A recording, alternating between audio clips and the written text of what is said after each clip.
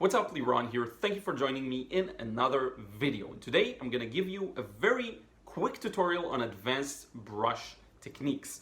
So I see a lot of people make this mistake of trying to fill in a shape or an area and doing it very inefficiently. So what happens is they accidentally paint outside the lines and the result is not as accurate as it could have been. If they just change the way they hold the brush or the direction from which they come, it'll be much easier. And we'll also talk about pressure. When you put the pressure of the brush onto the paper and how that helps you to fill in shapes accurately with more economical brush strokes, minimal brush strokes, and getting that fresh look that everyone strives for. So let's get started. So the first thing I want to show you, and this is so common, I see many people make this mistake up close, and that is, let's say I want to fill in this area here.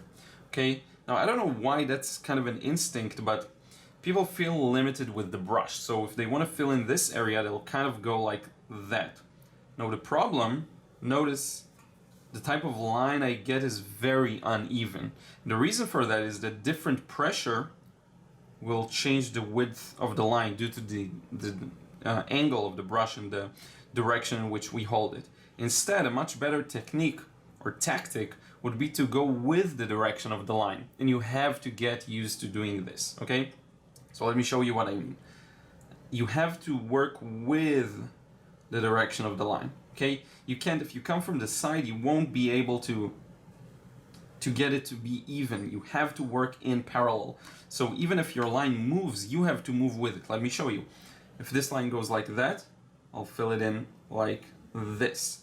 And then if this line goes like that, I'll fill it up like this. You see, and you have to get used to doing this in all sorts of different directions and work together with your drawing, okay, which is the basis for everything. Now let me show you one more thing, and this is, again, it's going to be real easy and real quick and short tutorial, but I think a lot of you will benefit from it, and that is the pressure. Okay, I'm going to show it to you with this brush and then you'll figure it out. So let's actually use the other side here.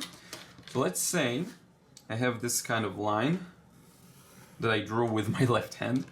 What I do is I get familiar with my brushes and I figure out how much they expand when I press on them. And then what I do is I start here, I see how much it expands, and I just allow the edge of it to touch the line. That way you can fill in these kinds of shapes in one go very easily, because what I see many times is people doing it this way. They kind of dab trying to be accurate, or maybe they go like this trying to be accurate. There's no need to do that. You can just get these shapes in one go. It's also true for this kind of shape. Let me show it to you, which is why I drew it. And this is where, you know, you always hear people talk about economic and efficient brush strokes. This is exactly where this goes into action. So let me show you the way I fill this shape up. I'm not coming like this, because then I have no idea, no idea. I have no shot of filling it properly. So I'm coming from the side, and I'm familiar with the pressure, and the amount of pressure I put is just enough to fill in this space. You see? Now with this, I'm gonna move together with the edge of my brush. See what I do here? Instead of dabbing and filling in the area very slowly and then I get this uneven edge, all you have to do is really work with the edge of your brush, like I'm doing right now, right here near the bottom. Just working with the edge of my brush. Same for this. Look what I'm doing. See? I'm even twisting it while I'm doing that.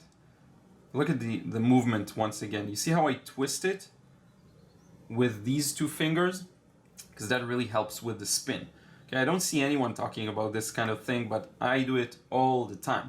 So one of the exercises I'll be doing, and I showed it to you several times, is just the either negative shapes or filling in shapes. So let's say I have a shape here, a shape there, a couple of shapes, okay? And you see the practical application of this in probably any painting process I do. So you can just go visit any video, you'll see me doing this. This is why I demo on abstract shapes here, okay? I do the same thing. I do this kind of thing, and I try to fill it with the minimum amount of brush strokes necessary. And if I do negative painting, I'll do the same thing, only from the outside. See? I'm turning my brush around. That's really important to get right and to figure out how to do. Now, the same goes with any brush. So I switched my mop brush that I was using so far. I'm going to switch to a smaller brush and you'll see the same thing in action. So let's get some color here.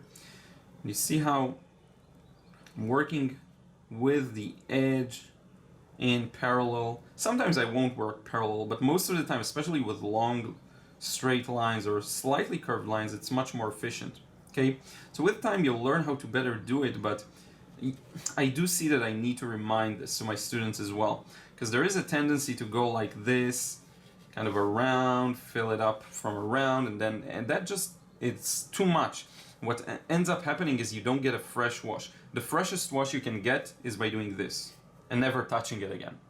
Okay, but if you start dabbing and playing around with it and then moving it around, and then if I go like this, see what the big mess I make here, but if I just go like that one time, it's the best. So if you can figure out a way, a brush technique, an approach that will help you do that, that's so much better. And this is what I'm trying to help you figure out here. Okay, work with the brush, spin it, twist it. You have to be able to do these things. Okay, give it some time. It takes time to get the control, the motor skills required. Don't worry about it. And even if it's not perfect, this part you can definitely do.